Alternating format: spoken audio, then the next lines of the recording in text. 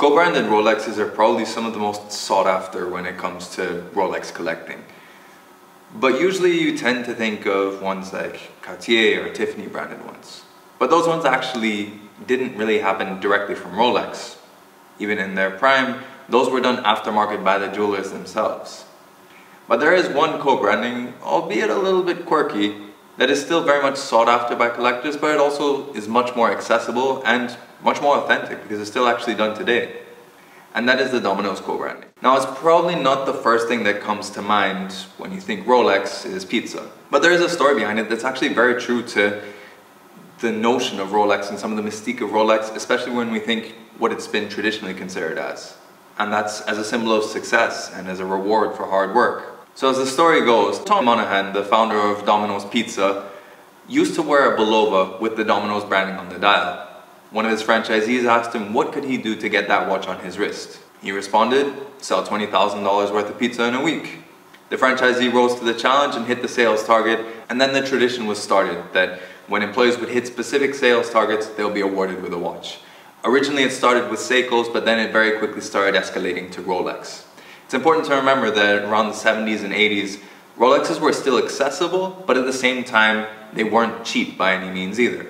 So to a degree, they were a much more achievable goal than what they are today, for example, especially when we're talking at retail. Originally, the Domino's Rolexes were generally Air Kings. They would have the Domino's logo on the dial and an engraving on the back. Over the last 40 years, of course, though, that co-branding has evolved. The logo has been in color, it's been in black and white, it's had the Domino's lettering underneath it, or it's been just the Domino icon itself. These evolutions have happened over time, and while yes, for some they might be divisive, for other collectors they are highly coveted because they are extremely rare when you compare them to a lot of other standard production Rolexes. However, of course, in the same way that the logo evolved, so did the placement and the nature of this collaboration. Over time, as Rolex's collection changed as well as their production processes, we saw that the logo moved from being on the dial to then being in addition to the bracelet. Then as the Rolex collection evolved even further and the Air King was discontinued in 2014, we saw a transition to the Oyster Perpetual.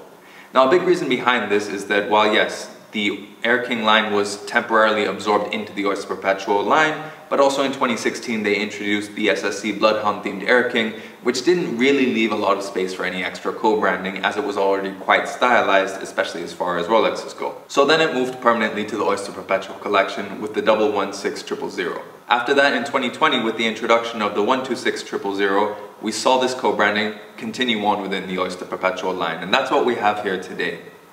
On the face of it, this is a regular Oyster Perpetual 36. So you have the double baton hands, you have the caliber 3235 on the inside, it's now got the Easy Link. However, there are still the traditional telltale signs of this being a Domino's collaboration. And that is, of course, that little bracelet link that has the Domino's logo on it. In this case, it's a tilted logo without the lettering. And on the back, you have an engraving of the Domino's logo as well. And how this all really ties back into what is traditionally something you think of with Rolex is the fact that this, to this very day, after 40 years, is still a symbol of hard work. Any franchisee these days can hit the sales target set out by Domino's and receive this watch. And that's something that you can't really say for anywhere else. Rolexes have gone from the traditional thing that you get yourself when you retire or as a present for hard work to something that's much less attainable. They've turned into investments. The gray market prices are super high relative to their retail ones. So this is almost something a bit more down to earth because these modern Domino's are still relatively accessible compared to a run-of-the-mill OP36. And of course, in the future, they probably will be just as collectible as their vintage forebears. So that begs the question, is this something that maybe you might be interested in?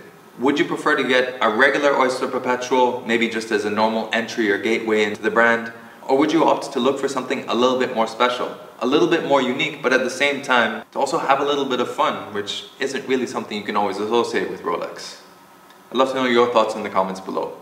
And of course, if you like this video, make sure you like it and share it. If you want to see more videos about watches, then subscribe to the channel and hit the notification bell as well so you know when the next video comes out. Thank you though for joining us on this quick journey of watches and maybe a bit of pizza.